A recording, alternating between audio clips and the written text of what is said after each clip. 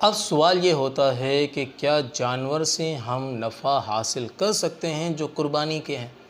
تو دیکھیں اس کا جواب یہ ہے کہ قربانی کے جانور سے ہم کوئی بھی نفع حاصل نہیں کر سکتے۔ جیسے اب میرے پاس کوئی دھمبا ہے، اب اس کی اون بڑی پیاری ہے، خوبصورت ہے، اب دل چاہتا ہے کہ اس کی اون کو کاٹ کر میں اپنے پاس سنبھال کر رکھوں، تو کہا کہ جب یہ جانور موجود ہے، قربانی کا ہے، تو میں اس کی اون کو استعمال کے لیے نہیں کاٹ سکتا، یعنی اس سے میں اور کوئی بھی نفع حاصل نہیں کر سکتا،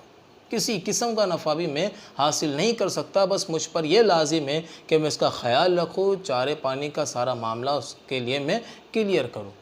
صرف میں بس یہی کام کر سکتا ہوں، اسے نفع دے سکتا ہوں، اسے میں نفع حاصل نہیں کر سکتا۔ اسی طرح بعض لوگ دیکھتے ہیں کہ یہ جانور ہے، اس کے تھن میں سے دودھ آ رہا ہے، تو میں فری کا دودھ مل رہا ہے تو میں تھن دھو کے صرف دودھ لے لوں، اس کا فائدہ اٹھا لوں۔ تو شریعت کہتی ہے کہ اس کا جو دودھ آ رہا ہے تو ٹھنڈا پانی لے کر اس پہ تھن پہ مار دیا جائے کہ اس کا جو دودھ ہے وہ خشک ہو جائے،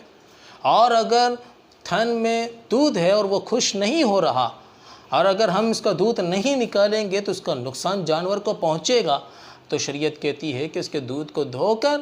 اس دودھ کو صدقہ کر دیں، نہ کہ اپنے استعمال میں لائیں، یعنی اسے صدقہ کر دیں، استعمال میں لانا ہمارے لیے جائز نہیں ہے۔ اور کسی کی خواہش ہے کہ میں اپنا سامان فلاں جگہ سے یہاں تک لاؤں، میں اٹھا نہیں سکتا، بڑا بھاری ہے، اور میرا یہ ٹارزن بیل ہے، اور اس پر میں اپنا سامان لا کر اپنے اس مکان تک لے کر آؤں، تو یاد رکھیں کہ ٹارزن بیل ہے تو اس کا خیال بھی رکھنا ہے، اس سے آپ یہ نفع حاصل نہیں کر سکتے۔ اور اگر آپ نے اپنا سامان اس پر رکھ کر اپنے مکان تک لے کر آئے، اس کا جو نقصان اس جانور کو ہوا ہے، اس میں یہ جو کمی آئی ہے اس کی طاقت میں، تو کسی تجربہ کار شخص سے جا کر پوچھیں جو جانور بیچتا ہے، اور اگر اس کی کنڈیشن دیکھ کر کہتا ہے کہ اتنا مال جو ہے جو تم نے جانور خریدا ہے، اور اب تم باقاعدہ چاہتے ہو کہ اس جانور کو کتنے میں بیچا جائے، اور اس کی جو کمی آئی ہے اس کمی کو صدقہ کریں۔ مثال کے طور پر آپ نے یہ جانور خریدا فار ایگزامپل 70,000 میں، اور اس میں یہ جو کمی آئی، اور وہ 70,000 نہیں آ رہے، وہ آ رہے آپ کو 50,000 روپیے اس کی اس کمی میں، تو کہا کہ یہ جو 20,000 کا معاملہ ہے جو عرفی ریٹ ہے،